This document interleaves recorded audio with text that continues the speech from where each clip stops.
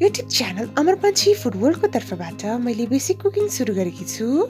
यस basic कुकिङको मार्फतबाट म हजुरहरूलाई हामीले दैनिक जीवनमा खाने परिकारहरू छिट्टो समयमा नै घरमै पाइने सामग्रीहरूबाटै कसरी मिठोसँगले तयार गर्न सकिन्छ भनेर सिकाउँछु। यसै सिलसिलामा आज म हजुरहरूलाई नेपालीहरूमा एकदमै प्रख्यात र सबैलाई मनपर्ने मुलाको सिन्की बनाएर देखाउँदैछु।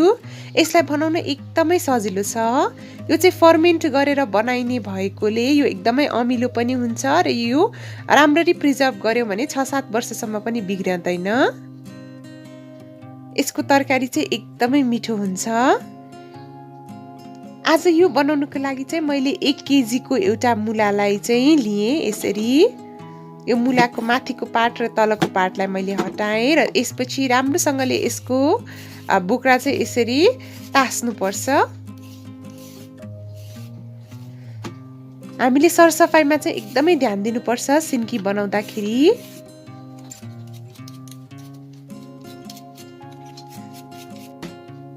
यसरी मैले हाफ साइजमा काटेँ।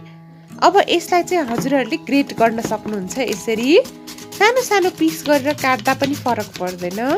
मैले चाहिँ यसरी ग्रेट गरेँ। यसरी ग्रेट गर्यौँ भने चाहिँ हामीलाई सिन्की बनाउन एकदमै सजिलो हुन्छ। सानो पिस गरेर आलु काटे जसरी काट्नु भए पनि हुन्छ। सिन्कीलाई चाहिँ विशेष गरेर विदेशमा बस्ने नेपालीहरूले एकदम मन पराउनुहुन्छ। सिन्की भनेको चाहिँ यो प्रिजर्भ गरेर राख्न मिल्ने ड्राई भेजिटेबल्स हो।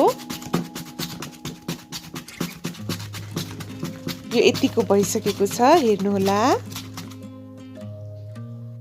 यसलाई चाहिँ अब म 1 दिनसम्म चर्को घाममा सुकाउँदैछु।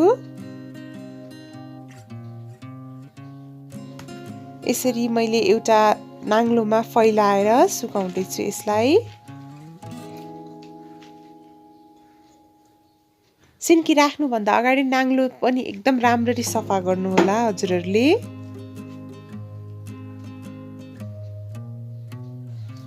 यसलाई मैले घाममा सुकाउन छोडिदिएँ। सिन्की बन्न चाहिँ करिब 7 देखि 10 दिनसम्म लाग्ने गर्दछ। 1 दिनपछि चाहिँ यो यस्तो देखिसक्यो। अब यसलाई चाहिँ म एकदमै टाइटली कोचेर राख्दैछु एउटा ग्लासको बोतलमा। हजुरहरूले सकेसम्म ग्लासको नै युज गर्नुहोला। हुन त प्लास्टिकको युज गर्नु भए पनि हुन्छ, तर ग्लास बोतल चाहिँ हाम्रो स्वास्थ्यको लागि एकदमै राम्रो हुन्छ। सकेसम्म अझ एयर टाइट वाला लिनुहोला। एयर टाइटमा बनाउनु भयो भने चाहिँ अझै छिटो बन्छ सिन्की। अब चाहिँ यसलाई हामीले राम्रोसँगले कोच्नुपर्छ। जति राम्ररी कोचेर यो चाहिँ प्रेस गरेर राम्ररी कोचेर राख्नुहुन्छ त्यति नै अमिलो बन्छ हाम्रो सिन्की चाहिँ।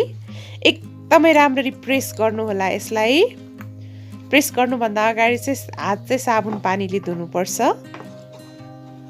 सिन्कीलाई अझ अमिलो बनाउने हो भने चाहिँ यो 6 देखि 7 दिनसम्म यो बोतलमा सुकाइसकेपछि थोरै थोरै गरेर आधा गिलास जति मनतातो पानी पनि हाल्न सक्नुहुन्छ। यो बनाउने तरिका चाहिँ ठ्याक्कै गुन्द्रुक बनाउने तरिका जस्तै नै हो।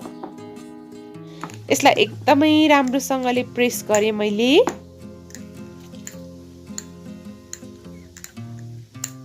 यसलाई चाहिँ 10 दिनसम्म हामीले यसरी बोतलमै सुकाउनु पर्छ। यसरी चर्को घाममा सुकाउनु होला 10 दिनसम्म चाहिँ।